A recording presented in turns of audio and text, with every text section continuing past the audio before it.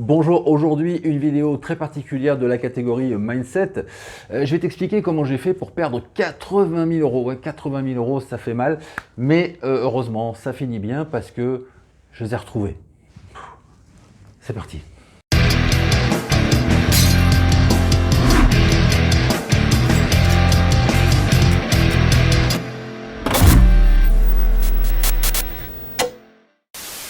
Voilà, alors je te raconte une histoire aujourd'hui, une histoire vraie, hein, peut-être un peu une histoire un peu incroyable, un peu douloureuse. Mais c'est une histoire vraie, c'est une histoire en plus qui finit plutôt bien et qui par conséquent va peut-être, je l'espère, t'apporter de la motivation, t'apporter de la volonté dans ton business. Alors, nous sommes en 2006 et je suis en train de commencer à monter, tu vois, une entreprise de lingerie en fait. C'est-à-dire que j'ai l'idée d'acheter de la lingerie aux États-Unis parce qu'elle est sympa et qu'elle n'est pas chère, et de la revendre en France. Donc je fais quelques tests, et puis ces tests étant concluants, je commence et je monte mon entreprise de lingerie. À l'époque, donc je travaille seul les 6 premiers mois. Ensuite, je travaille avec mon fils. Donc, on est carrément, toi, dans un petit local. Alors, c'est pas du dropshipping comme on fait maintenant. Tu sais, le principe du dropshipping, c'est d'acheter, par exemple, j'en sais rien, moi, une paire de lunettes. Tu vois, une paire de lunettes en Chine à 2 euros et puis de la revendre en France à 15 euros. Mais en fait, tu l'achètes pas vraiment, c'est ton client qui te paye 15 euros, le chinois envoie la paire directement chez ton client et toi tu touches ta commission. Enfin bon voilà, ça c'est le principe du dropshipping tel qu'il est appliqué aujourd'hui. Et moi à l'époque, je veux pas faire ça, je suis un vrai commerçant, j'achète un vrai stock et je le stocke donc chez moi. En l'occurrence, là on a loué un petit local et ensuite eh bien je le vends. Donc ça commence à tourner pas trop mal cette affaire, si tu veux. On a des boutiques sur eBay. On a des boutiques sur d'autres sites comme de ce type, comme Rakuten, etc. À l'époque, ça s'appelle Press Minister.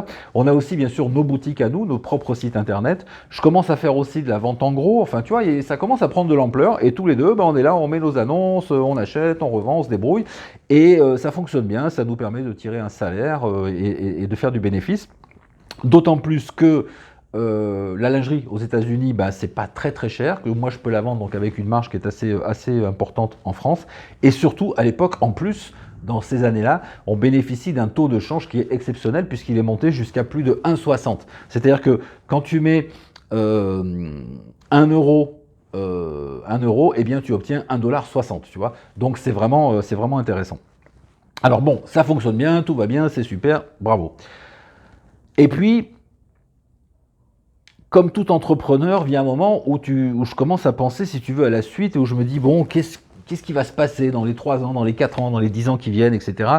Comment est-ce que je peux transformer cette toute petite entreprise qui fonctionne bien en quelque chose de plus gros? Et là, je tombe en fait sur une idée un peu mégalo, un petit peu ambitieuse. Je suis un petit peu victime de mon ego, comme bon nombre d'entre nous. Je mets en place en fait un plan qui est pas judicieux, mais qui moi me paraît magnifique. Alors l'idée c'est quoi? C'est de dire je vais distribuer en fait mes articles de lingerie dans des vrais magasins physiques, donc dans des boutiques de lingerie. Ça me permettra de vendre encore plus cher parce que évidemment, quand tu vends dans un magasin, le produit tu peux le vendre plus cher que sur internet, évidemment. Donc avec des marges plus importantes. Et puis je vais plus loin que ça, je me dis bon, je vais faire une boutique, je vais en faire 2, je vais en faire 3, et puis je vais monter une franchise. Tu vois, je commence à me dire que ce que je fais c'est super et que donc il y a d'autres personnes qui vont avoir envie de le faire. Donc je me vois déjà, tu vois, franchiseur au salon de la franchise à Paris avec mon nom, mon machin, des gens qui vendent mes franchises et puis des couples qui viennent signer, oui j'en veux une, enfin tu vois, comme à la belle époque où les gens se battaient pour acheter un magasin McDonald's dans les années 60 aux États-Unis, tu vois. Je me vois un peu comme ça. Bon, voilà, grosse erreur pas de management, mais grosse erreur stratégique, grosse erreur de décision. Mais ça, je ne pouvais pas le savoir au début parce que cette idée n'était pas si mauvaise et parce que je me suis dit, bon, ce que je fais sur Internet, ça marchera en vrai et je pourrais revendre cette idée à d'autres personnes qui voudront faire la même chose. Bon, donc, je me lance là-dedans. Alors, ça veut dire quoi? Ça veut dire que j'ai un peu d'argent de côté, évidemment, je tape dedans. Et puis, je trouve des pas de porte, des magasins, donc j'en trouve un, mais j'en trouve un deuxième tout de suite. Donc finalement, dans la même semaine, j'achète 2 magasins, tu vois, je recule devant rien. Donc j'achète 2 magasins, je signe chez le notaire, tout ça. Et puis maintenant que j'ai des magasins, ben, je fais une très grosse commande de lingerie aux États-Unis parce qu'il faut remplir ces magasins. Hein, voilà. J'achète aussi bien entendu du matériel, des étagères, des bureaux, des choses comme ça. Enfin pas des bureaux, mais des présentoirs, tu vois. J'achète du stock en fait. J'achète aussi tout simplement... il me faut une enseigne, il me faut des choses comme ça. J'achète une caisse enregistreuse, enfin 2 caisses enregistreuses. Et puis, évidemment, je paye mes loyers d'avance. Et puis, il me faut aussi des vendeuses. Donc, je recrute 2 vendeuses. Et voilà, on démarre. On démarre. Alors, évidemment, le temps de mettre en place tout ça, de faire une petite déco, un petit coup de peinture, etc. On fait l'ouverture des magasins, on fait une petite inauguration, on met encore de l'argent pour faire un peu de publicité, etc. de manière locale. Et puis, écoute, les premières semaines, ça marche pas trop mal parce que, évidemment, il y a toujours l'effet de surprise, l'effet de nouveauté. Quand tu ouvres un nouveau magasin dans une ville, ça marche bien. Il y a toujours des gens qui viennent voir un peu ce que c'est. Alors, du coup, ils poussent la porte du magasin, puis ils achètent un petit truc, puis ils en parlent entre eux, ça bouge. Enfin, voilà, c'est normal. Mais très vite, je me rends compte qu'en fait, ça va pas durer et que le chiffre d'affaires des 2 magasins est relativement faible. Il n'est pas nul, il est honnête mais faible. Et ce qui se passe, c'est que les salaires, plus les charges sociales, plus les loyers, plus les taxes, plus les frais de ceci, plus les frais de cela, plus les publicités, plus les machins, plus le stock qu'il faut acheter, plus les erreurs de stock que tu fais, plus la comptabilité par exemple qui coûte plus cher parce qu'il y a 3 points essentiels, tu vois, 2 points de vente plus un point de vente internet. Bon, enfin bref, tout est multiplié, tout coûte plus cher et je me rends compte au bout d'un certain temps que on manque de trésorerie, c'est-à-dire que les 50 ou 60 000 euros d'avance que j'avais sur le compte, je les ai plus en fait, ils sont bouffés par les magasins. L'argent que j'ai mis, il a été bouffé par les magasins et on n'a plus de trésor. Donc qu'est-ce que je fais? Eh bien, je retourne à la banque, je vais chercher 10 000 ou 15 000, je ne me souviens plus, je les remets sur le compte, et puis je m'aperçois un mois après que ça ne suffit pas, il faut encore des sous, alors je retourne, je prends 15 000, je les remets sur le compte, etc. etc. Et ça dure un certain temps, et je me dis, bon, il faut le temps que ça prenne, je vais trouver d'autres solutions, on va bouger un peu plus sur Internet, il va se passer ceci, il va se passer cela. Donc ça vaut le coup que je continue à mettre de l'argent dans cette idée parce que de toute façon, je ne vais pas lâcher, quoi. Hein. J'ai démarré, je ne vais pas arrêter. Voilà, je le fais 1 fois, 2 fois, 3 fois, 4 fois, et puis vient le bilan et la compta qui me dit, vous savez, votre entreprise était vraiment super à l'époque d'Internet et tout, c'était vraiment génial, il y avait de la marge et tout. Maintenant, les magasins, j'ai l'impression qu'ils sont venus un peu plomber tout ça, tu vois, c'est compliqué. Donc la compta, elle tire un peu la sonnette d'alarme, tu vois, en me disant, attention, ça coince un peu là, tu vois, les magasins sont en train de bouffer ton truc. Alors je l'écoute plus ou moins, mais bon, j'ai pas envie d'arrêter, donc il manque encore de l'argent, j'en remets encore, peut-être encore 10 000 ou je sais pas. Bon, et je m'aperçois que en quelques temps, mais relativement court, j'ai dépensé donc plus de 80 000 euros et qu'il n'y a toujours pas d'argent sur le compte et que les magasins font toujours un chiffre d'affaires qui est relativement faible et sur le chiffre d'affaires relativement faible vient complètement bouffer, si tu veux, en quelque part, les bénéfices que l'on fait sur Internet. Donc ça se passe très mal. Et comme je m'affole un peu parce que, tu sais, j'ai pas 150 millions d'euros sur le compte, hein, donc au bout d'un moment, ça baisse, je me dis, mince, si je continue, j'aurai plus du tout d'économie, j'aurai plus du tout d'argent, donc est-ce qu'il vaut mieux pas arrêter? La comptable me dit, oui, il faut peut-être mieux faire machine arrière maintenant, donc, hop, on arrête tout, machine arrière, je récupère le stock du magasin et des magasins et je le brade sur Internet, je licencie les vendeuses, je vends les pas de porte, donc je mets des annonces, je vends les pas de porte. Il y en a un, je suis obligé de le vendre à perte parce que je suis obligé de vendre dans l'urgence et donc je le vends moins cher que ce que je l'ai acheté, tu vois. Enfin, c'est un peu débile, mais bon, c'est comme ça. Donc je liquide en fait tout ça et j'arrête aussi de bosser avec mon fils qui lui trouve un autre travail et je me remets tout seul, dans mon petit bureau, tout seul. Alors que j'avais une équipe, tu vois. Eh bien, je me retrouve maintenant tout seul à essayer de rattraper le coup et je me dis, bon, je vais continuer mon petit truc internet, je vais relancer la machine et puis voilà, je me suis trompé, tant pis. Mais il n'y a plus la motivation, il n'y a plus cette espèce d'enthousiasme qu'il y a au début, c'est compliqué, c'est difficile, les choses ont changé, le taux de change aussi de l'euro, il s'est relativement équilibré, maintenant 1 euro c'est quasiment, tu vois, 1,10 €, 1,20 €, 1,10 $, 1,20 $. Alors bon, c'est plus comme avant, c'est plus pareil, les collections de lingerie que je propose, c'est plus tout à fait les mêmes. Le fournisseur, il a un petit peu changé le style, etc. Ce style, il plaît un peu moins bien en France. Enfin, bref, il y a tout qui va pas, tu vois. Il y a tout qui va dans le mauvais sens, quoi, finalement. Et donc, à un moment donné, je me dis, bon, je m'aperçois qu'il y a encore des problèmes de trésorerie. Il faudrait encore que j'aille chercher 8 000 ou 10 000 euros à la banque. Et je dis, non, je ne les mets plus, c'est fini. j'arrête. Donc, je prends rendez-vous, je descends au tribunal de commerce, je dépose le bilan. Et ça, c'est super compliqué parce que c'est la fin de ton bébé, quoi. C'est la fin de ton aventure, c'est la fin aussi de ton salaire, c'est la fin de ta vie, quoi. C'est à partir du moment où tu sors du tribunal de commerce et où tout a été tamponné, il n'y a plus d'entreprise, bah, voilà, il faut que tu rendes en fait tes locaux, il faut que tu partes de là, tu n'as plus d'habitation, tu n'as plus de locaux, ton stock, bah, il est saisi, tout ce que tu peux avoir, bah, ça n'existe plus, tu n'as plus non plus de revenus, tu n'as plus de salaire, tu n'as pas de chômage.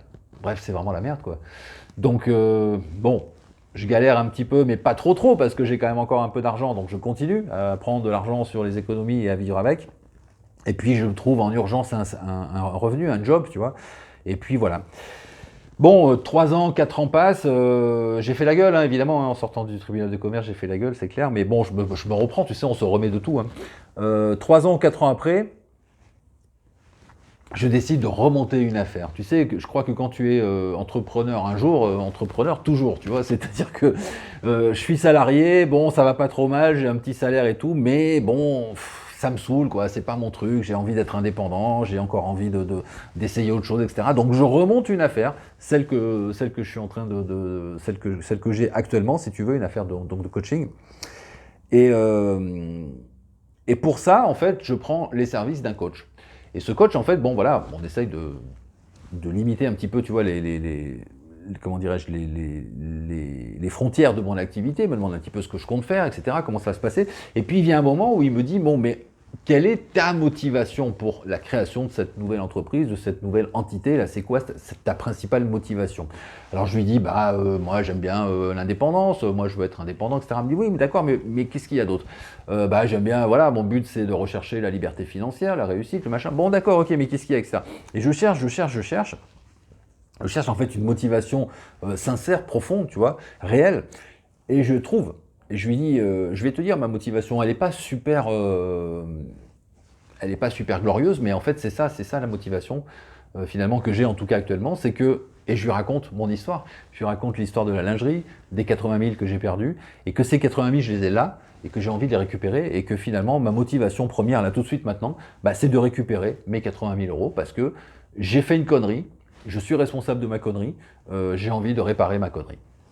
Alors il me dit, bah écoute, ça c'est excellent, c'est une bonne motivation, allons-y. Alors on démarre gentiment le truc, et puis bon voilà, ça, au début c'est pas facile non plus, mais assez rapidement, je commence à générer du chiffre d'affaires, et 14 mois et 9 jours plus tard, j'ai 80 000 euros sur le compte. Donc j'ai récupéré, si tu veux, l'argent que j'ai perdu.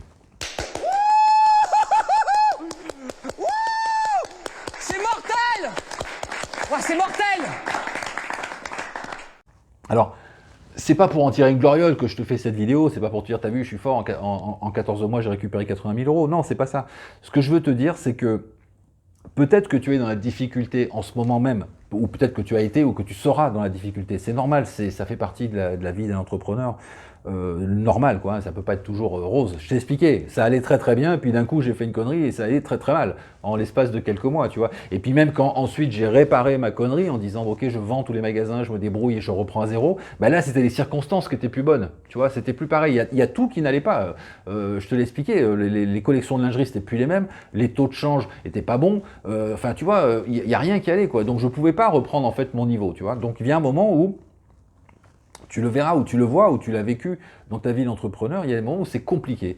Et ces moments compliqués, en fait, qui sont de la difficulté, qui sont des obstacles, et bien en fait, ça peut devenir de gros éléments de mindset, de gros éléments de motivation pour plus tard, en disant, mais ça, ok, je l'avale maintenant, je l'accepte maintenant, mais par contre, ça ressortira plus tard, et c'est à partir de cette histoire-là que je vais retrouver tout mon dynamisme, toute ma fougue et ma volonté, etc. Et quand j'ai trouvé cette idée, tu vois, de dire ma motivation, c'est les 80 000 que j'ai perdus, j'ai envie de les récupérer, eh ben, ça a été vraiment évident. Tu vois, je me suis dit, bah oui, voilà, évidemment, c'est ça qu'il faut que je fasse. Donc, allons-y, qu'est-ce qu'on peut faire? Qu'est-ce qu'on peut mettre en place?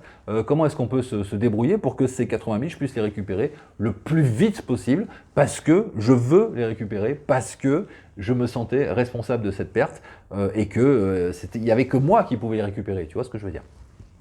Voilà, c'était une histoire. Alors tu sais, bon, au départ, je me suis dit, est-ce que je vais faire cette vidéo? Je vais pas la faire, machin. Bon, Parce que je me mets un peu à nu, je suis en train de t'expliquer un peu ma vie d'entrepreneur et surtout mes difficultés et surtout mes erreurs. Et c'est peut-être quelque chose que tu vois pas tous les jours, tu sais, quand tu fais appel à des coachs ou des consultants, bon, ben, ils sont plutôt là à te montrer les belles maisons, les belles voitures, l'argent, la réussite, etc. Et pas forcément les conneries qu'ils ont faites, tu vois, parce que les conneries, c'est pas des choses qu'on avoue facilement. Mais je la fais cette vidéo parce que je sais qu'elle va te motiver et je sais aussi que elle apporte en fait un côté humain à ce que je fais, c'est-à-dire que évidemment que je suis pas une machine, un robot ou un être infaillible, tu vois, je suis pas non plus un être infaillible, donc je fais des conneries, mais l'essentiel et c'est ça qui est le plus important, c'est comment est-ce qu'on peut les réparer et comment est-ce qu'on peut s'en servir pour que ça devienne vraiment des éléments de motivation pour le futur. Alors, tu as regardé cette vidéo, je te remercie beaucoup. J'espère que ça t'a touché d'une manière ou d'une autre, j'espère que ça t'a donné un petit coup de boost. Maintenant, ce que tu peux faire, c'est regarder une autre vidéo. Il y a une autre vidéo. Alors, celle-ci est complètement différente. C'est une vidéo dans laquelle je te donne en fait les bases du business, ma vision de comment est-ce que tu peux faire, etc. Donc, comment est-ce que tu peux mettre en place un business à 6 chiffres, toi aussi, le plus rapidement possible. Je te prépare ça dans une autre vidéo. Cette vidéo, elle est disponible sur mon site et le lien sera donc en descriptif de cette vidéo ou bien il sera aussi dans les commentaires épinglés de cette vidéo. Donc en gros, ce que tu peux faire, c'est que quand cette vidéo sera terminée et que tu auras liké, disliké, mis un petit commentaire, partagé ou bien évidemment que tu te seras aussi abonné à la vidéo, c'est ici, c'est là, je ne sais plus, tu regardes, enfin d'un côté ou d'un autre, il y a le bouton pour t'abonner. Eh bien, tu pourras ensuite dérouler le descriptif ou bien regarder le premier commentaire de cette vidéo et cliquer.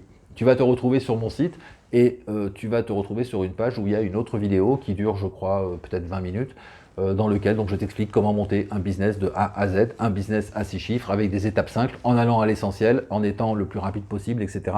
Tu verras, ça t'intéresse ou pas. Il y a aussi un autre élément qui est important, c'est que si tout ça te titille un peu, si tu as envie de faire partie de cette communauté des infopreneurs, des solopreneurs, des gens des entrepreneurs du web, eh bien, tu peux aussi, à un moment donné, tu verras dans la vidéo, je t'expliquerai comment réserver un rendez-vous avec mon assistante. Tu réserves un rendez-vous avec Virginie, mon assistante. Tu expliques un peu qui tu es, ce que tu fais, quels sont tes projets, etc. Et puis, elle te dira si éventuellement, on peut faire quelque chose pour toi. Je te laisse là-dessus, je te remercie beaucoup d'avoir regardé cette vidéo, je t'en ferai peut-être d'autres, il y a d'autres histoires à raconter, celle-ci, elle était un petit peu poignante pour moi, mais bon, c'est la vérité, c'est ce qui s'est passé, c'est la triste et dure réalité des entrepreneurs, mais une réalité qui se termine bien, et c'est bien là l'essentiel. Je te laisse là-dessus, je te dis à bientôt, et bah ciao, ciao.